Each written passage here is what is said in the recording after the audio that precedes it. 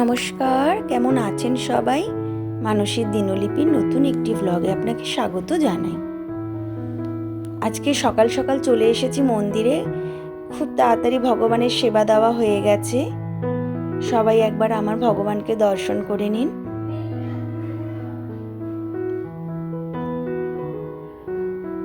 আজকে রান্না করব খুব চটজলদি এই দই পাবদাটা। এটা এতটাই তাড়াতাড়ি হয়ে যায়, যেমন খেতে স্বাদ সেরকম তাড়াতাড়ি রান্নাও হয়। চলুন দেখা যাক। এর জন্য আমি নিয়েছি এখানে ফ্রেশ পাবদা মাছ, আর মশলা বলতে ফোড়নের জন্য নিয়েছি কালো জিরে, কটা গোটা রসুন, চেরা কাঁচা লঙ্কা, আর একটু রসুন কুচি আর একটু ধনেপাতা কুচি। নিয়েছি বেশ খানিকটা টক দই। এবার কড়াইতে আমি সর্ষের তেল গরম করে পাবদা মাছগুলো খুব হালকাভাবে ভেজে নেব। আমি শুধু নুন মাখিয়ে পাবদা মাছগুলো ভেজেছি।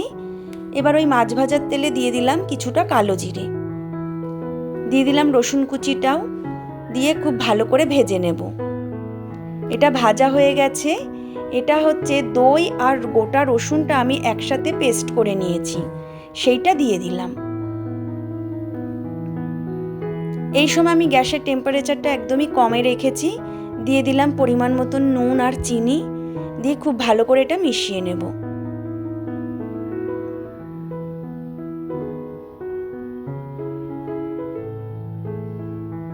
এবার ঝোলের জন্য দিয়ে দেব জল। জলটা ফুটে এসেছে, দিয়ে দেব চেরা কাঁচা লঙ্কাগুলো,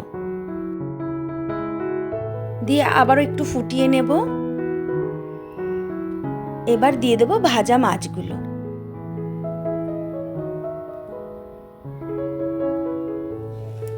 রান্না আমার প্রায় হয়েই এসেছে।